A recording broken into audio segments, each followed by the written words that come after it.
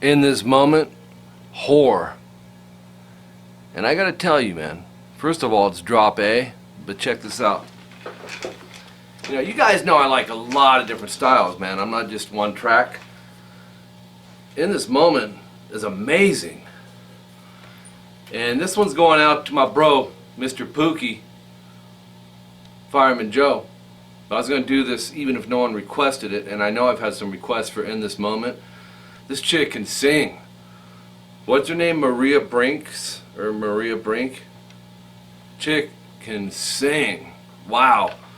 In This Moment. Love this band. And I love this moment. They're just great. Great, great band. So check it. Let's do it. Ready? Let's go. Drop A.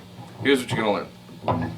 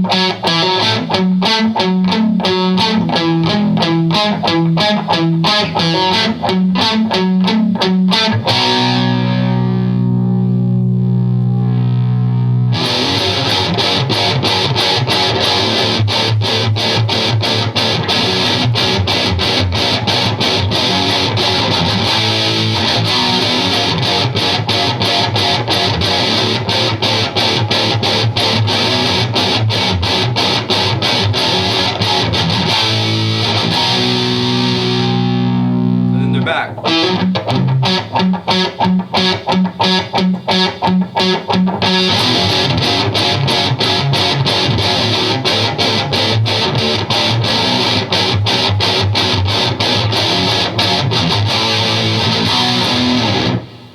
The heck's jumping? It's a moth. Get out of here. Alright, so let's do this. And you'll be hearing some more In This Moment, I guarantee you, because if you don't request them, I'm going to request them. And I'm going to just do it. Alright, so I've got the distortion on. What I'm doing, there's some effects going on. I just put a little bit of reverb. A little trick you can do. You know, you got so many things nowadays, you know, to make it more convenient when you play live. Volume pedals, this and that, or an EQ pedal that you can step on when you want, you know, the solo louder or certain parts. But you can always go old school, and there's people that still do it to this day. I was watching an interview with Ace Frehley from Kiss. It was a recent one. It was like a Guitar Center interview. It was just him in there kind of playing, and you know, he's talking about his Les Paul and all this and that, and he talks about with Kiss, and still to this day he keeps his volume at about 7 to 8, and then when it comes to the solo he boosts it up a little bit. So I'm kind of going with that concept for this, because it's got distortion, it's just not in your face crunch. So I have it on my distortion channel. I'm backing the knob back a little bit. Okay, so here's what you want to do. Actually, here, I'll come in close so you can kind of see a little better. Start on the 5th fret on the D string. You're going to pick and hammer onto the 7th fret.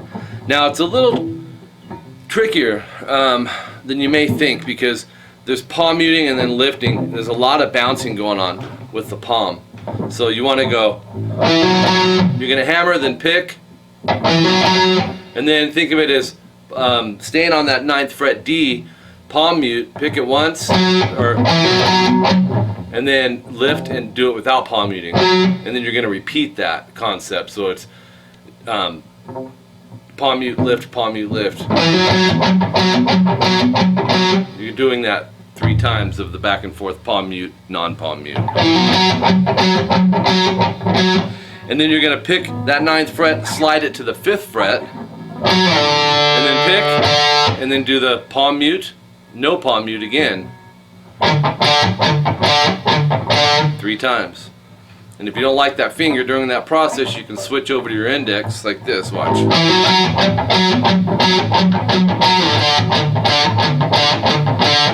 And then pick that 5th fret D, slide that a step and a half flat to the 2nd fret, and then pick, and then we're back to palm mute, no palm mute 3 times. And then pick that 2nd fret, slide it up to 7th fret. No, it ain't. So it'd be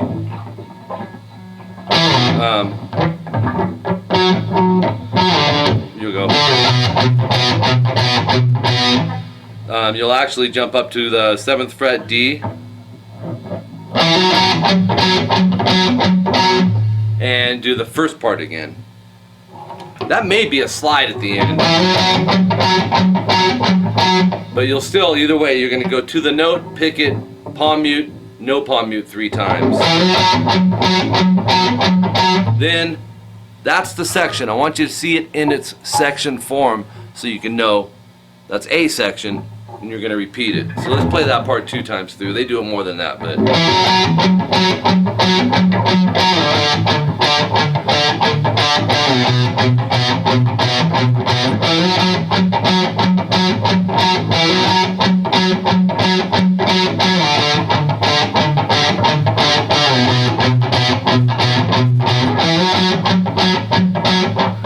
okay, so when it transitions, you got to listen close, because the guitar is just kind of laying some texture through this part. If you listen close, you'll hear this little hammer. You'll go 7D, hammer to 9, and then play the 7G. Keep it as a chord. You're going to pick that 7G, and then now you're going to palm mute the 9 off the D, and then pick the 7 on the G with no palm mute, and that'll be 3 times. So it's 1, 2, 3, and then pick the 7D, hammer to 9 again, and we're going to stay on the 9. Pick, and then 3 times of the palm mute, no palm mute. So that part will go like this.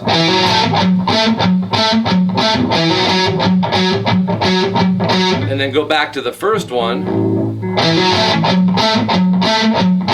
and then go over to 7D and 6G, palm mute the D, don't palm mute the G. And that's 4 times. And then you go back to the first one again. Okay, and then it ends on a power chord, 7A, 9D. So let's play the B section.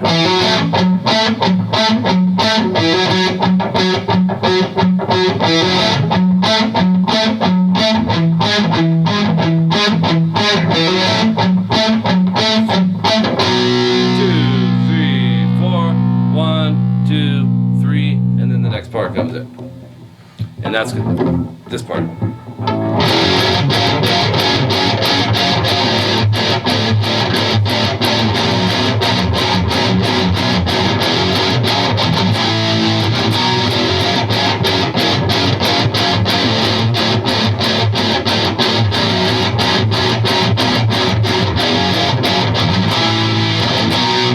And that is power chord time in a drop tuning. A power chord can be used as a bar.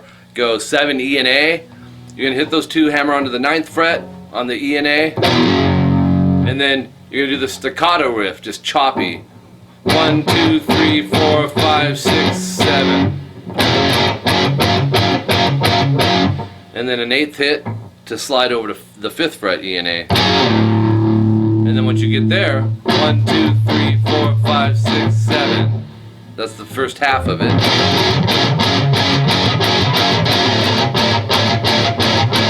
To keep it choppy, you just bring your hand back down. I call it karate chop, but you know, you don't want to go.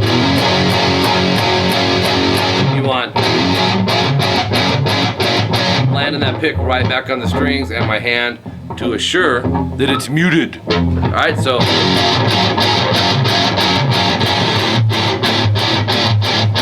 then open E and A, hammer on to the 2nd fret E and A as a bar, and then 1, 2, 3, 4, 5, 6, 7. So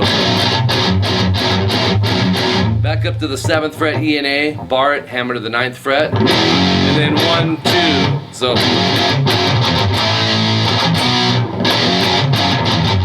and then palm mute the 7E, and palm mute the 9E. So, and then go 5A, 7D. Fret hand mute, just lay these fingers softly over the strings and go, and then go 7A, 9D. So let's try that end part.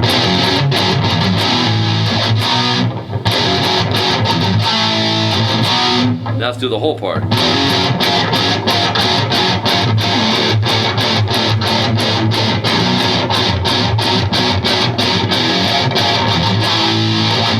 Start it over.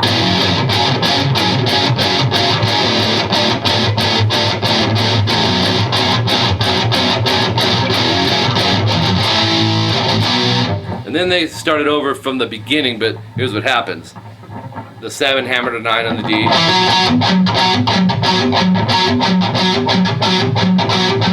They'll do 7 of the palm mute, no palm mute. And then they jump right into this part again.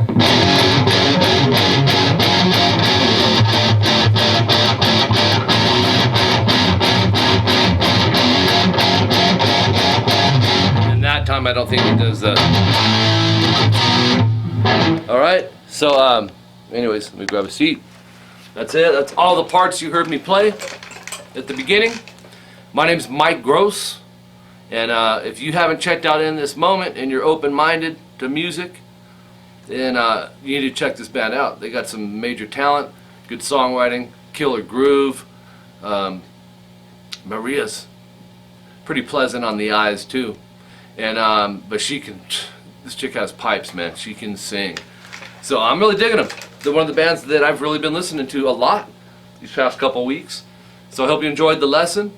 If you haven't checked them out, go check them out. Listen to their stuff. They got a lot of videos, and you know, it's good stuff, man.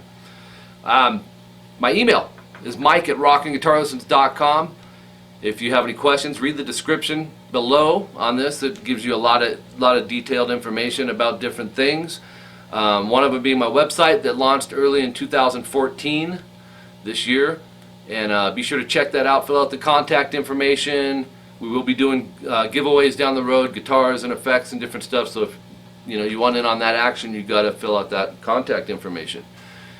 And what else? I do teach privately and group classes on Skype for guitar and bass, and my lovely wife Jolene teaches people how to sing and scream and all that good stuff. On my website, rockingguitarlessons.com, if you click on the Skype Lessons tab, I have a tutorial there, as well as Jolene explaining the pricings, the requirements, all that stuff. Neither one of us have an age requirement. Most of the teachers I know put an age requirement, like a minimum of 10 years old. Not me. I'd be devastated if I wanted to play at 8 years old and someone wouldn't teach me. I understand why teachers don't, but why should there could be some prodigies out there. And I taught my kids at very, very young ages that 99% of teachers would say nope, and my kids kick butt, man, on music. So they're very, very good. I mean, all of them do some type of music. Started at 3-4 years old, some of them. So the lessons are $59 per hour or $39 per half hour. Check it all out, the price layout, because if you pay for the month, which is what a lot of my students do, you get a discount. It's all explained there at the website. And I also offer what's called CVT lessons. That stands for Custom Video Tablature Lessons, and it explains what that's all about. Basically, if you can't get a set day, set time type thing for lessons on Skype, you let me know what you want to learn. I figure it out by ear. I don't use any other people's things. I use my ear. I look for isolated tracks if I can find them. If I can't, I trust my ear, because that was my best friend growing up, and it still is. And I handwrite the tabs, timestamp everything, subgroup everything, scan them, send them to your email, and then I record a video of that lesson as well, so you got the audio and the visual and everything finely tuned and explained. It's a pretty cool route to go. So if you're interested, hit me up. You know my email, all that good stuff. And until next time, I'm Mike Gross, rockingguitarlessons.com, playing some In This Moment horror. All right, let's play. Everything you saw at the beginning, we're going to try it again now.